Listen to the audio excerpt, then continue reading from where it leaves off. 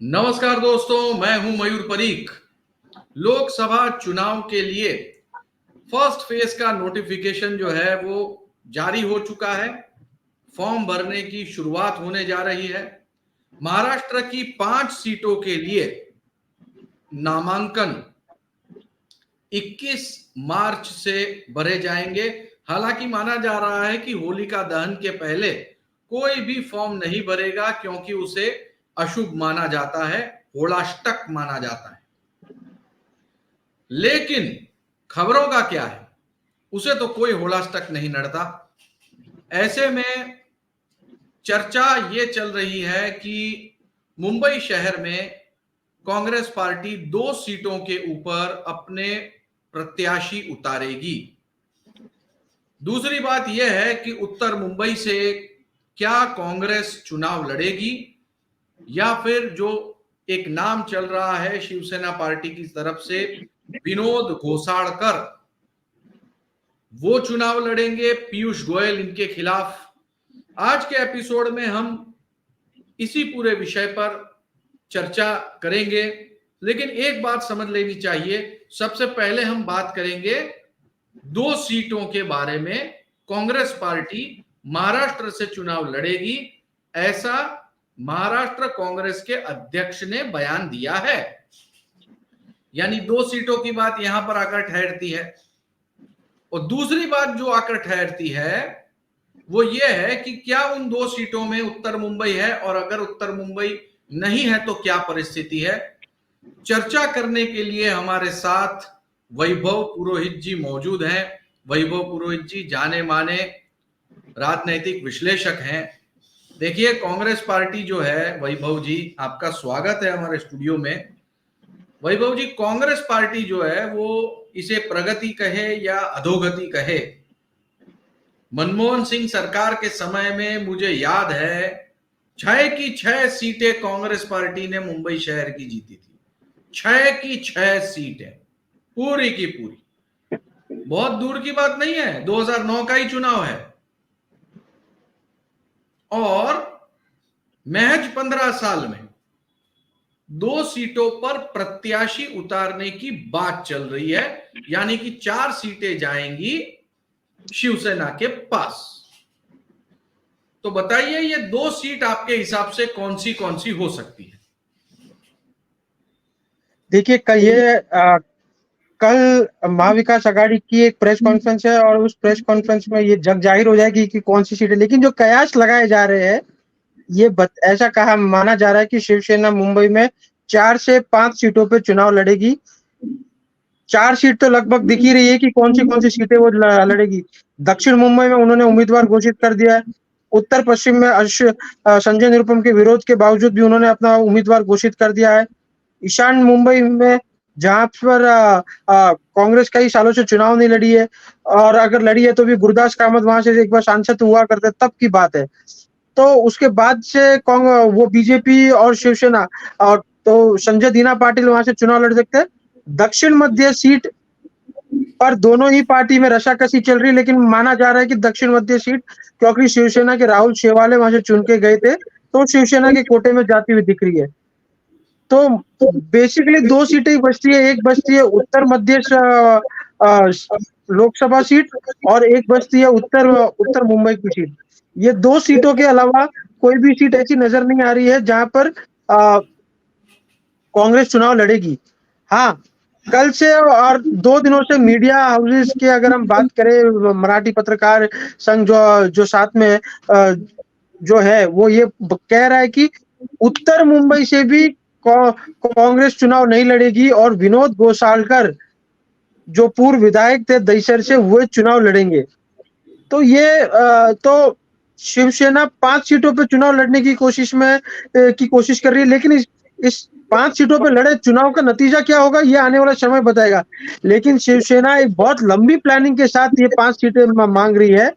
उनका मानना है लोकसभा। यहाँ पे रुक जाओ वैभव जी, यहाँ पे रुकिए। हम पहले विनोद घोसाळकर के ऊपर एक छोटा सा अल्प विराम लेते हैं। फिर हमारी ट्रेन जो है वो बोरीवली से कांदिवली, मलाड होते हुए चर्चगेट पहुंचेगी, और फिर हम मुंबई महानगर पालिका के मुख्यालय में जाएंगे। सबसे पहले हम बात करते हैं बोरीवली की। देखिए, शिवसेना पार्टी ये कह रही है कि मतलब कि जो कल से स्पेक्यूलेशन चल रहा है कि विनोद घोसाड़कर जो है वो उत्तर मुंबई से चुनाव लड़ेंगे। देखिए, ये खबर आज कई सारे अखबारों में छप गई, बड़े फोटोग्राफ के साथ, चमके धमके के साथ जो है वो न्यूज अच्छे से चकाचक छप गई। और इसके पीछे का बैकग्राउंड ये है कि विनोद घोसाड़कर ने अपनी बहू के साथ में एक प्रेस कॉन्फ्रेंस की और प्रेस कॉन्फ्रेंस में मौजूदा सरकार पर आरोप लगाया कि उनके बेटे की जो हत्या हुई है उसमें सरकार जो है वो सही कदम और तेजी से कदम नहीं उठा रही है, इससे आरोपी बच सकते हैं। इस तरह का एक प्रेस कॉन्फ्रेंस विनोद घोसाड़कर ने किया।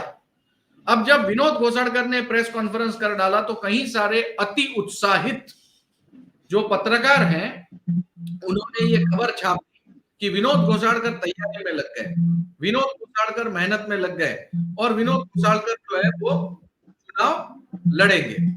ऐसे में मैं दर्शकों को एक बात निश्चित तौर पर कहना चाहता हूं कि देखिए, उत्तर मुंबई की सीट अगर कांग्रेस पार्टी छोड़ देती है, उत्तर मुंबई की सीट अगर कांग्रेस पार्टी शिवसेना को दे देती है तो ये एक छोटी नहीं बल्कि बहुत बड़ी गलती होगी। और ये बड़ी गलती होने की वजह यह है कि उत्तर मुंबई में कांग्रेस पार्टी जो है उसके 2 बार अब तक सांसद चुन के आए। उत्तर मुंबई की सीट ऐसे ही नहीं छोड़ी जा सकती।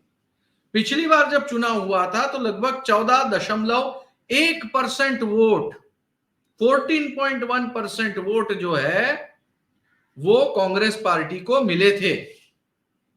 इतना ही नहीं, पूरे के पूरे मुंबई में सिर्फ 3 सीटें हैं जहां पे कांग्रेस पार्टी के विधायक बचे हुए हैं, उसमें से एक सीट जो है वो ये उत्तर मुंबई की मलाड पश्चिम की सीट है। ऐसे में कांग्रेस पार्टी अगर ये सीट को छोड़ देती है और कांग्रेस पार्टी यहां पे शिवसेना को लाभ लेने देती है तो उसका जो बेस वोट है ना उत्तर मुंबई का, वो पूरी तरह से अनस्टेबल हो जाएगा। न सिर्फ वो अनस्टेबल हो जाएगा बल्कि जो उत्तर मुंबई में बचे खुचे कांग्रेसी हैं वो भी कांग्रेस पार्टी छोड़कर आगे चले जाएंगे।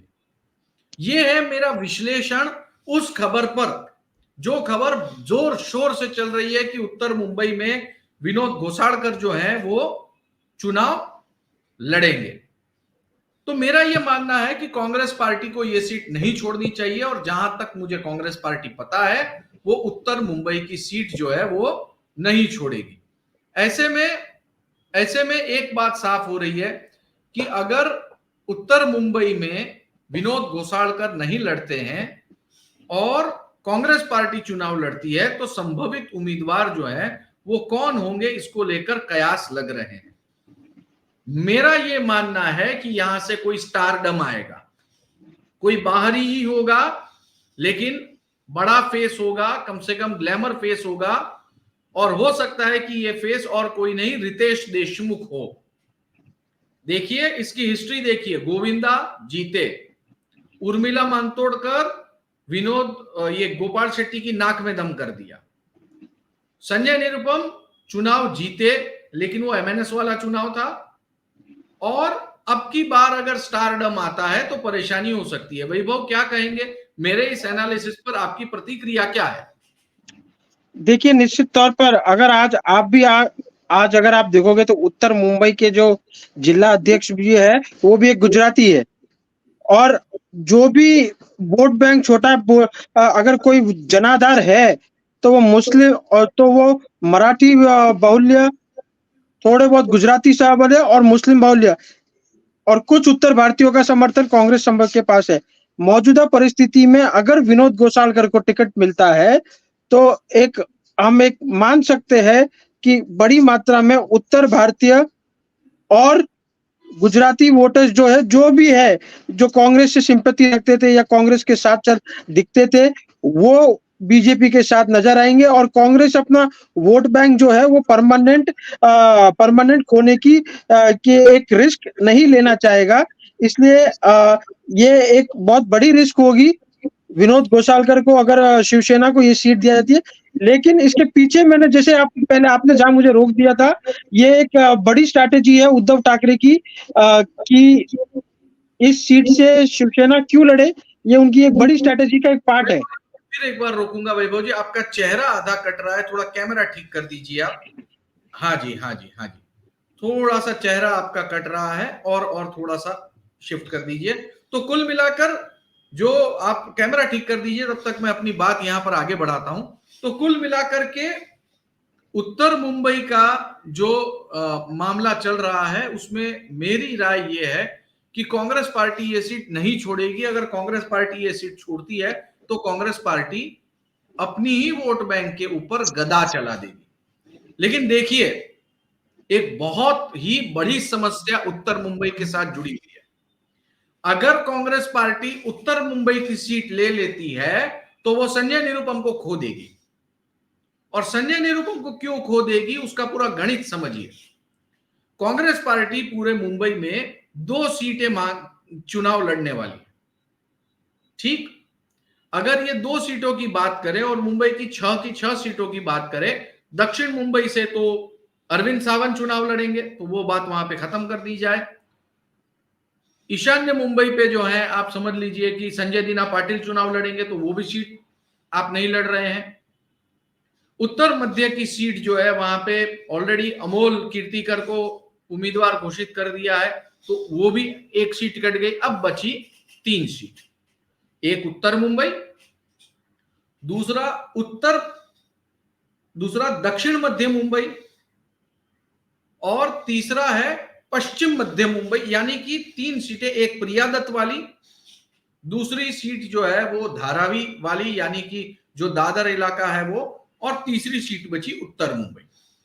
ऐसे में अगर उत्तर मध्य की सीट कांग्रेस पार्टी छोड़ देती है तो एक बात पक्की रही कि संजय निरुपम के चुनाव लड़ने के लिए कोई जगह नहीं बची।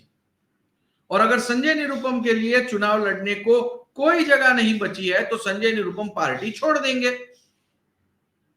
तो उत्तर मुंबई सीट अगर ये पार्टी अपने पास कांग्रेस पार्टी रखती है और उत्तर मध्य की सीट छोड़ देती है, क्योंकि वो जाहिर सी बात है प्रिया दत्त वाली सीट पहले लड़ना चाहेंगे, क्योंकि प्रिया दत्त वाली सीट के ऊपर उन्हें विक्ट्री के ज्यादा पर्सपेक्टिव दिखाई दे रहे हैं। तो जो विक्ट्री के पर्सपेक्टिव दिखाई दे रहे हैं, हाँ वैभव जी आपका स्वागत है, तो विक्ट्री के पर्सपेक्टिव जो है वो अगर प्रिया दत्त की सीट पर दिख रहे हैं, क्योंकि वहां पे 27% जितने माइनॉरिटी और दूसरे वोट्स हैं, तो वहां पे जीत के पर्सपेक्टिव ज्यादा हैं। और साथ ही उत्तर मुंबई पे आप चुनाव लड़ते हैं तो आपको उत्तर पश्चिम सीट छोड़नी पड़ेगी, और उत्तर पश्चिम सीट अगर कांग्रेस पार्टी छोड़ती है तो संजय निरुपम पार्टी से बाहर चले जाएंगे। और इसी के साथ कांग्रेस पार्टी के पास पूरे मुंबई के अंदर एक भी उत्तर भारतीय फेस नहीं होगा। ये आखिरी फेस है जो चला जाएगा।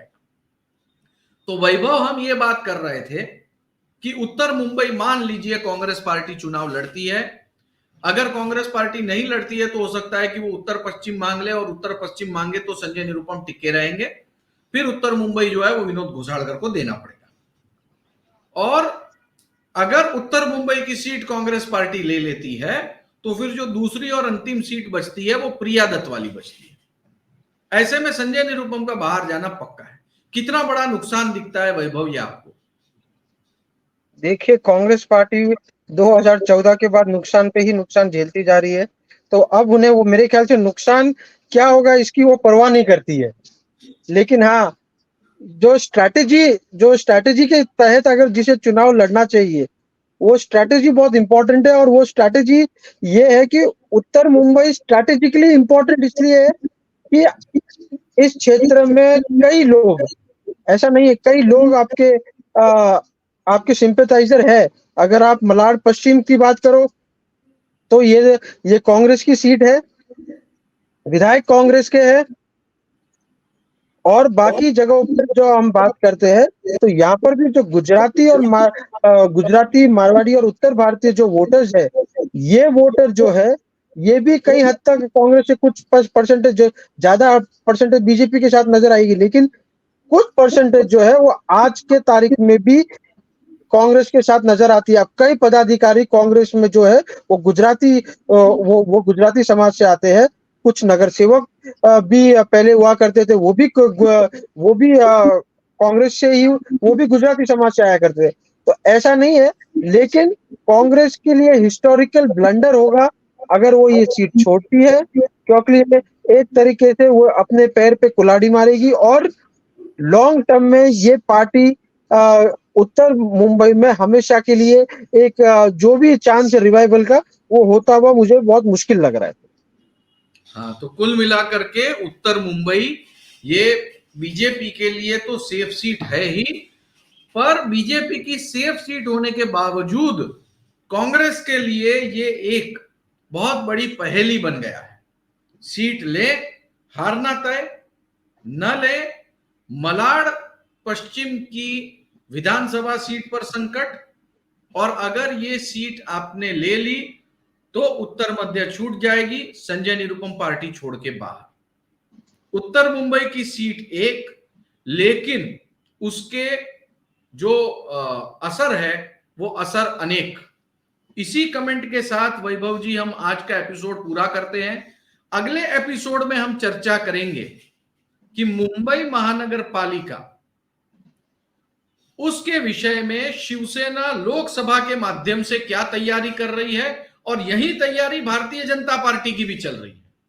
तो हमारे जो भी दर्शक आज का ये एपिसोड देख रहे हैं, उसके लिए हम क्लोजिंग बोनस पॉइंट देते हैं कि हम जब अगला एपिसोड बनाएंगे तो लोकसभा चुनाव में मुंबई महानगर पालिका का क्या ब्लूप्रिंट है, क्या रोड मैप है बीजेपी का और शिवसेना का, और वो कौन सी स्ट्रेटजी से आगे बढ़ रहे हैं, इस पर हम सनसनीखेज खुलासा करेंगे।